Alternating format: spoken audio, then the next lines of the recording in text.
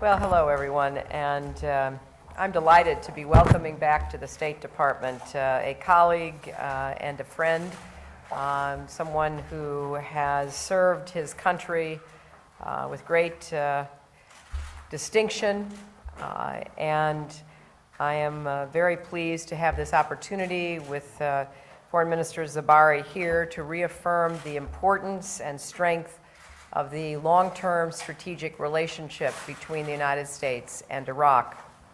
I also, Minister, offer our sincere condolences for the loss of life suffered in recent attacks against religious pilgrims and security forces in Iraq, but I am confident that Iraqis will not be deterred from working together to build a new future of peace and security for all of their people. This will be the second meeting of the Diplomatic Joint Coordinating Committee of the U.S.-Iraq Strategic Framework Agreement. This committee guides our engagement on a wide range of diplomatic, cultural, economic, and security issues. It is the roadmap for our long-term partnership. The Foreign Minister is co-hosting the committee along with Assistant Secretary for Near Eastern Affairs, Jeff Feltman, and they are working on a range of common concerns, including Iraq's removal from UN Chapter 7 sanctions and other important matters that are of concern to Iraqis. We also discussed the critical need for Iraq's political leaders to continue the hard work necessary to form a proportionate and inclusive government that represents the voices of Iraq's diverse communities and can deliver on the promise of democracy. More is needed from everyone involved. The United States expresses no preference for the outcome in the government formation, but we share a sense of urgency. The people of Iraq deserve to have a government that is ready to meet their needs, and we hope that that occurs soon. The Iraqi security forces are growing in confidence and capability, which has been evident in the way that they've handled some of these recent attacks.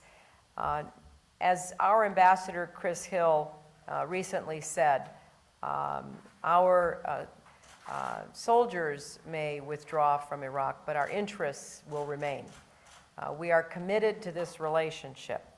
And after August 31st, 50,000 U.S. troops will remain in Iraq to train, equip, and advise Iraqi security forces, conduct joint counterterrorism missions, and protect ongoing U.S. and civilian military activities. We are working every day to create a very strong foundation for a long-lasting relationship between the United States and Iraq. And the reduction in troops in no way reflects a decrease in American engagement with Iraq or our commitment to the Iraqi people. Guided by the Strategic Framework Agreement, the United States will continue to be an active partner and supporter as Iraqis strengthen their democracy, improve their security, and reintegrate fully into the regional and global community and economy. We believe a sustained U.S. role will be crucial to lasting peace and security in Iraq. But ultimately, we recognize the long-term success of the Iraqi nation depends upon the leaders and people of Iraq. It is their determination and hard work that will make the difference. The strong turnout in the March 7th election underscored their resolve, but we know some delays have occurred on the road to forming a government, but we're betting on the Iraqis. We think the Iraqi people are a tough, resilient, determined people who are more than up to the task. And the United States will stand with the Iraqi people for the long term. So again, Minister Zêbarî, thank you for your visit, thank you for your friendship and cooperation, and I look forward to continuing to work with you. Thank you. Thank you very much, Madam Secretary. It's always an honor and pleasure to see you, whether here in Washington or in Iraq.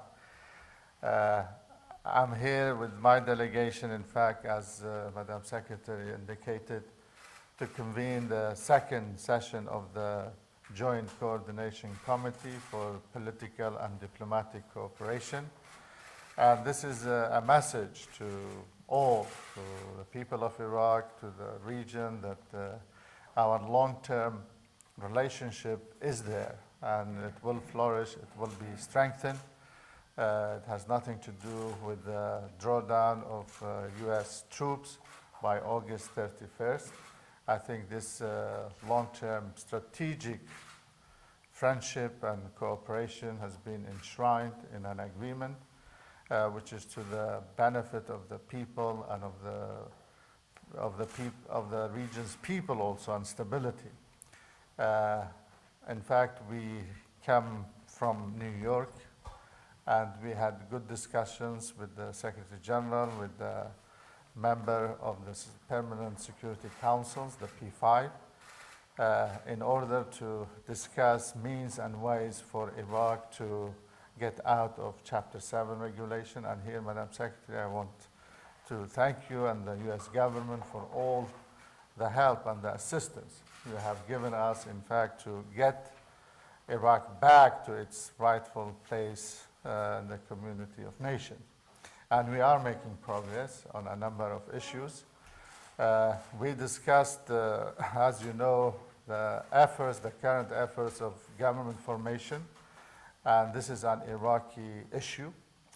And the people of Iraq, the Iraqi leaders, in fact, face this challenge to form their own representative government based on the outcome of March the 7th historic elections.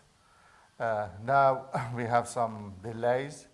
Eventually, I think a government will emerge, and we are doing our best, in fact, to do that in order to avoid any constitutional governmental vacuum.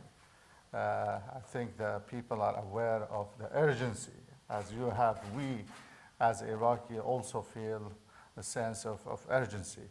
But we are confident we will overcome, and we will form our next government. And once again, thank you very much for hosting us, and it's a pleasure to see you. Thank you. Thank you. We have time for 2 questions, so maybe slide on the screen. Thank you. Madam Secretary, on the Iranian scientist, Mr. Amiri, your spokesman has said that he was here on his own free will, but he has informed the government that he wants to return to Iran. Was his defection mismanaged in any way by the US government? And are you now worried that he's returning to Iran? Are you worried about the safety of him and his family? And Mr. Foreign Minister, welcome back to Washington. There's reports of hundreds of millions of Iraqi crude oil leaving Iraq illegally through Kurdistan, smuggled into Iran in violation of UN Security Council resolutions. How do you explain that, and what is the Iraqi government doing to combat it? Thank you. Well, first, let me say that Mr. Amiri has been in the United States of his own free will.